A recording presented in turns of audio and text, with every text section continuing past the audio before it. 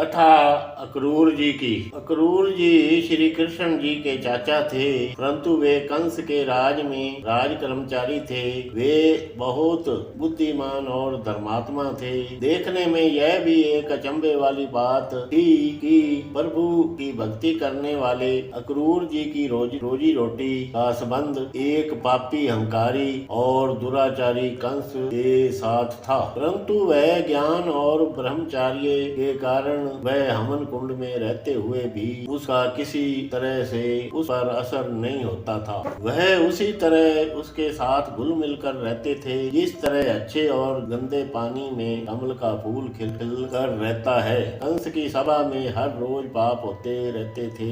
मासूम बच्चों को मारा जाता था। सतवंतियों और कुंवारियों और विवाहित हुई स्त्रियों के साथ धक्का किया जाता था। उनके सारे राज्य में हाहाकार मची रहती थी। उस अंधेर गर्म राज्य में अक्रूर ही एक ऐसे पुरुष थे जो प्रभु को याद करते रहते थे। शायद उसे इस धर्म का यह फल मिला कि वह कई दिन जिंदा रहे और उसके फल से ही राज करते रहे। कंस को तो पाप करने के बगैर उसे भगवान याद ही नहीं था। हे भक्त जनों, इसकी पूरी कथा इस तरह है, सभी प्राणी ध्यान से सुने। जब कंस को इस बात का पता चला कि उसका काल देवकी का 8वां पुत्र श्री कृष्ण नाम का लड़का गोकुल में पल रहा है, तो उसने उसे मारने के लिए कई यत्न किए, परंतु वह मारा न जा सका। जब उसने सुना कि वह जवान हो गया है और अच्छा बहादुर बन गया है, तो उस समय श्री कृष्ण को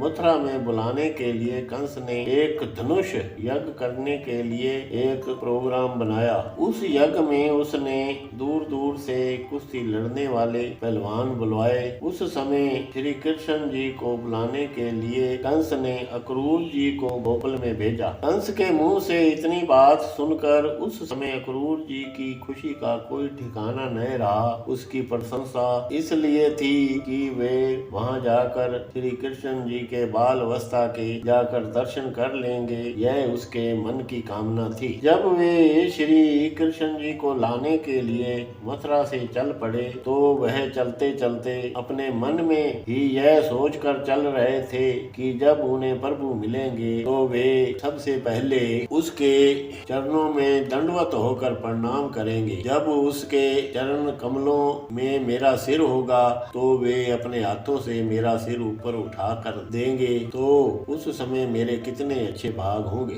उस समय मेरे सारे जन्म जन्म के बंधन कट जाएंगे और मेरे सारे पाप भी नष्ट हो जाएंगे। उस समय मैं अपने लिए शांति हासिल कर लूंगा। उस समय मैं कहूँगा कि श्री कृष्ण जी कितने अच्छे हैं और यह भी कहूँगा कि उसकी महिमा का अंत नहीं पाया जा सकता। वह अपने मन में ऐसी बातें सोचते सोचते वृंदावन में पहुँच गए। बताते हैं कि उस समय अक्रूर के मन में श्री कृष्ण के प्रति इतनी भक्ति थी कि वृंदावन की धरती पर पैर रखते ही उसकी आत्मा ने श्री कृष्ण जी के पैर धरती पर लगे हुए नजर आ गए। जब उसने श्री कृष्ण जी के पैरों के निशान देखे तो उस समय अक्रूर जी ने दंडवत होकर उन पैरों को प्रणाम किया।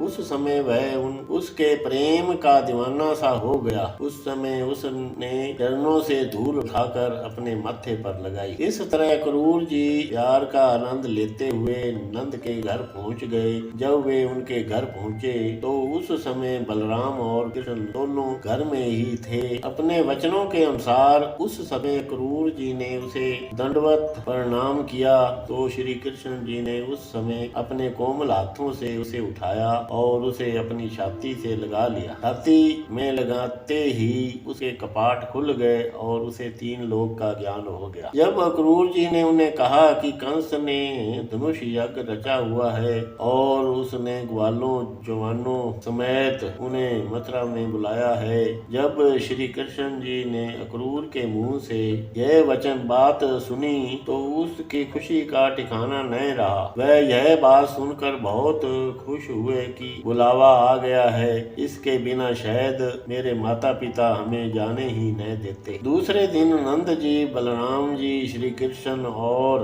ग्वाले व पहलवान मिलकर मथुरा के लिए चल पड़े। जब वे यमुना के किनारे पहुँचे तो श्री कृष्ण जी के दर्शन करने के लिए यमुना नदी उसके पैर चूमने के लिए कोई 10 कदम आगे आ गई। उनके पैर चूमने के बाद यमुना नदी इतनी फैल गई कि वे आराम से ही यमुना पार कर गए। जब वे यमुना पार कर गए तो उस समय क्रूर जी को अकल आई और वह कांप उठा। वे अपने मन में सोचने लगे कि मैंने बहुत भूल की है, मैं अपने हाथों से ही श्री कृष्ण जी को उस दुष्ट के हाथों सौंपने जा रहा हूँ। कहीं कंस बलराम श्री कृष्ण और सभी ग्वालों को मरवा ही न दे। अंतर्यामी प्रभु के उस समय उसके इस संशय को जान गए।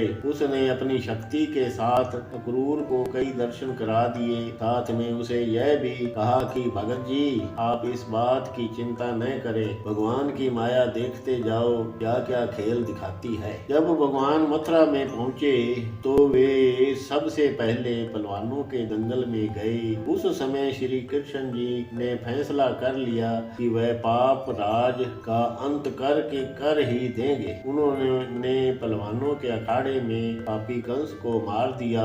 कंस के मरने के बाद सारे जगत और इंद्रलोक में उसकी जय जयकार होने लगी। उस समय देवते भी श्री कृष्ण जी के गले में माला पहनाने के लिए मथुरा में आ गए। मथुरापुरी का राज्य उसके बाद उसने अपने नाना को संभाल दिया। सभी कार्य पूर्ण करके श्री कृष्ण अक्रूर जी के घर पहुँचे और उन्हें निहाल किया। जब श्री कृष्ण जी वापस चले गए तो कंस के हिमायती यादव अक्रूर जी के साथ दुश्मनी करने लगे। उनके मन में यह था कि कंस को अक्रूर जी ने मरवाया है। उस दुश्मनी के कारण वह मथुरा छोड़कर काशी चले गए। उनके काशी चले जाने के बाद मथुरा में अकाल पड़ गया। बिना अनाज के कारण वहाँ के लोग भूखे मरने लगे।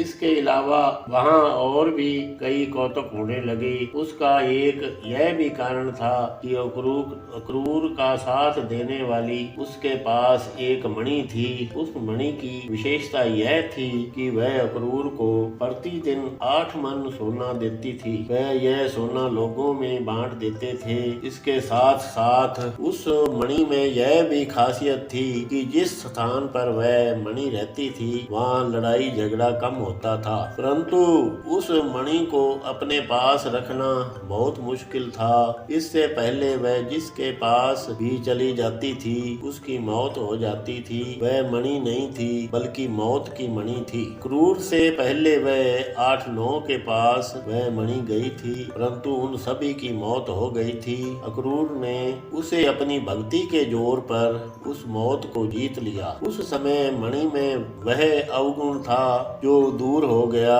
अक्रूर ने भक्ति बहुत कठिन की थी। उसने यमुना के किनारे एक टांग पर खड़े होकर श्री कृष्ण जी की महिमा की थी। उसका फल यह हुआ कि अक्रूर अमर हो गए और उसने अपनी मौत को भी जीत लिया। उसके बाद वह मणि का मालिक बना। यह कथा जो भी प्राणी पढ़े या सुने, इस कथा से हमें यह शिक्षा मिलती है कि पापी का हमेशा ही अंत होता है। उसके आगे देर है अंधेर नहीं। इसलिए हमेशा अच्छे कार्य करें और मौत को हमेशा याद रखें। वाहेगुरु।